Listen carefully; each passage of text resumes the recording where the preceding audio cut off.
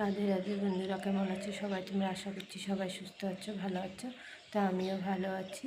তো আজকে ব্লগটা এখান থেকেই শুরু করছি। আজকে হলো রবিবার। তো কী করছি ছোট ছোট ক্লিপ করে আপনাদের সঙ্গে সবটাই শেয়ার করবো, তাহলে দেখতে থাকুন। চোখের নিচ ধরে ঝাড়ু মেরেছি, দেখেন কতগুলো ধুলো বালি বেরিয়েছে। এদিকে কাপড়গুলো সব বালতিতে রেখেছি, কিছু নিচে আসে, এগুলো ধুতে লাগবে। ঘর ঝাড়ু মেরে মুছে তারপর কাপড় ধুয়ে আসবো।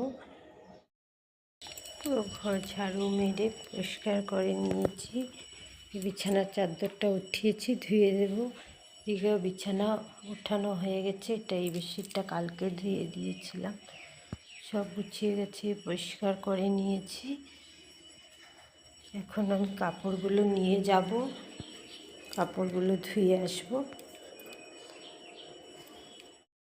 এখানে সবজি এনে দিয়ে গেছে ছেলে, তো এগুলো এখন গুছিয়ে রাখবো। এখানে সব সবজিগুলো ভিজিয়ে রেখেছি। আজকে দেখেন না রৌদ্র, বৃষ্টি আছে না কিছু, আজকে তো পুরো রৌদ্রই আছে, তারপরেও সবজিগুলো ভিজা। বৃষ্টি থাকলে ভাবতাম যে বৃষ্টি, তার জন্য বৃষ্টির জলে ভিজেছে। ওরা কী করে সবজিগুলো তাজা রাখার জন্য জলে ভিজিয়ে ভিজিয়ে জল ছিটিয়ে ভিজিয়ে রাখে, আর এগুলো সবজি 2 দিনেই পচে যায়। মানুষের 1 সপ্তাহ বা 2-3 দিনের বাজার তো একসাথে করে, মানে রেখে খাওয়াবো যে তার কোনো উপায় নেই। শালগমগুলো তো একদমই পচেই গেছে, কয়েকটা পচাই আছে সাইডে যে সব দেখেন। মানে রেখে যে খাবো ওটা না, মানে ডেলির বাজার ডেলি করো, ডেলি খাও, তাহলে মানে ঠিক আছে, মানে রেখে খাওয়াই যাবে না। আর এদিকে 2 প্যাকেট বড়ি এনে দিয়েছে।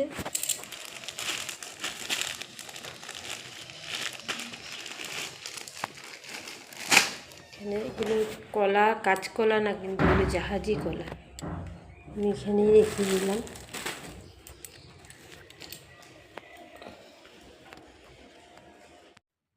সকালে খাওয়ার জন্য ছেলে বানিয়েছিল ম্যাগি, ওর জন্য নিয়ে আমার জন্য অল্প রেখে দিয়েছে। আর এদিকে আমি স্নান করে পুজো দিয়ে দিয়েছি। এখানে আমার পুজো দেওয়া হয়ে গেছে। সবাই ঠাকুর দর্শন করুন, গোপু সোনার দর্শন করুন। ঠাকুর পূজা দিয়ে এসে আমিও নিয়ে নিলাম ম্যাগি। তারপর কিছু কাপড় ছিল, সেই কাপড়গুলো গুছিয়ে নিচ্ছি। কাপড়গুলো ঠিকভাবে যে জায়গাতে যেটা থাকে সবাই রেখে আলাদাভাবে রেখে দিচ্ছি। সবার কাপড় সুন্দর করে কাপড় গুছিয়ে নিয়ে আবারও যাব ছাদে। আজকে যেগুলো কাপড় ধুয়েছি সেগুলো শুকিয়ে গেছে, নিয়ে এসে রেখে দেব সুন্দরভাবে গুছিয়ে। কোনো দিন ইচ্ছা করে না কাপড় ভাঁজ করতে, সেদিন এনে বালতিটার মধ্যে রেখে দিই। সেই বালতিটা আমি ইউজ করি না, শুকনো কাপড় এনে রাখাতেই আমি ইউজ করি। তো যেদিন ইচ্ছা করে না বালতির মধ্যে রেখে দিই, পরের দিন সময় করে কাপড়গুলো গুছিয়ে নিই। এখানে আমার কাপড় গুছানো হয়ে গেছে। এটার মধ্যে আমি রেগুলার ইউজের কাপড়গুলো রাখি। উপরের একটাতে আমার বড় ছেলের, এটাতে আমার, তারপরটাতে আমার বড়মশাই, আর নিচেরটাতে আমার ছোট ছেলে। তারপরে গিয়ে ছাদের থেকে বালতি দিয়ে কাপড় নিয়ে এসেছি। এগুলো আর এখন ভাঁজ করবো না, এগুলো রেখে দেব, পরে ভাঁজ করব। তারপরে এইদিকে আমি রান্নার জন্য ফুলকপি আলু কেটে নিয়েছি। ডালের বড়ি দিয়ে ফুলকপি আলুর ঝোল করব। বড়িটাকে ভেজে নিয়ে তারপর আবার অল্প সামান্য তেল দিয়ে পুরন দিয়ে দিয়েছি। পুরন দিয়ে এক সম্বাসে তরকারিটা বসিয়ে দিয়েছি। পুরনগুলো ভাজা হয়ে যাওয়ার পর ফুলকপি আর আলুটা দিয়ে নুন হলুদ দিয়ে ঢেকে ভেজে নিয়েছি। নিয়ে তারপর রেগুলার মশলা যা লাগে সব দিয়ে ভালো করে কষিয়ে একটা পাতলা ঝোল করেছিলাম।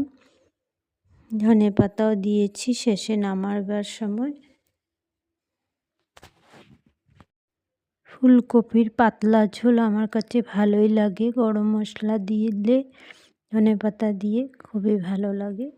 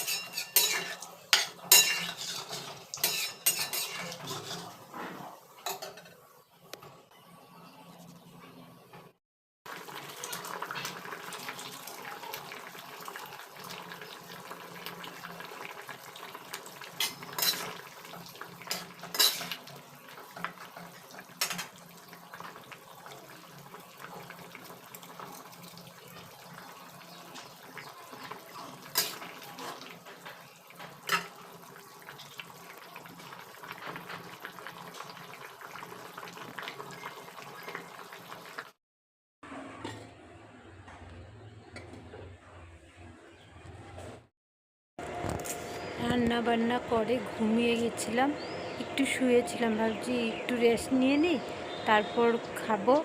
তো রেস্ট নিতে গেছি যে পুরো ঘুমিয়ে গেছি, বলতেই পারি না। তারপর ছেলে এসে ডাকলো, তো উঠলাম, উঠলে এখন খাওয়া দাওয়া করে ছাদে এসেছি। কাপড়গুলো নিয়ে যাব, কাপড়গুলো ওখানে ভাঁজ করে রেখেছি, নিয়ে যাব। তো এখানে একটু আবারও ব্লগটা শুরু করলাম। তো খাওয়া হয়ে গেছে আমার, অনেকটাই বেলা হয়ে গেছে, ঘুমিয়ে গেছিলাম যে কিছুই বলতে পারি না। কাপড় নিয়ে চলে যাব, তারপর গিয়ে ঘরটা ঝাড়ু মারবো, ঝাড়ু মেরে তারপর গোপুর জন্য একটা ড্রেস সেলাই করছি, সেটা একটু বসে বসে সেলাই করব। কোনো দিন এরকম লাগে আর কি, কিছু কাজ করতে ইচ্ছা করে না, শুয়ে বসে কাটিয়ে দিই এরকম লাগে। কিন্তু কি করব, শুয়ে বসে তো আর কাটানো যাবে না, মেয়ে হয়ে যখন জন্মিয়েছি। আজকের ব্লগটা তাহলে এখানেই শেষ করছি। বাই, রাধে রাধে। আবার একটা নতুন ভিডিওর সঙ্গে আপনাদের সঙ্গে আবারও দেখা হবে। ততক্ষণ সবাই সুস্থ থাকুন, ভালো থাকুন, সাবধানে থাকুন। আর আমার ভিডিওটা যদি আপনাদের একটুকু ভালো লেগে থাকে তাহলে লাইক, কমেন্ট, শেয়ার করে আমার পাশে থাকার অনুরোধ। কাপড়গুলো ভাঁজ করে রেখে দিয়েছিলাম, এখন নিয়ে চলে যাব।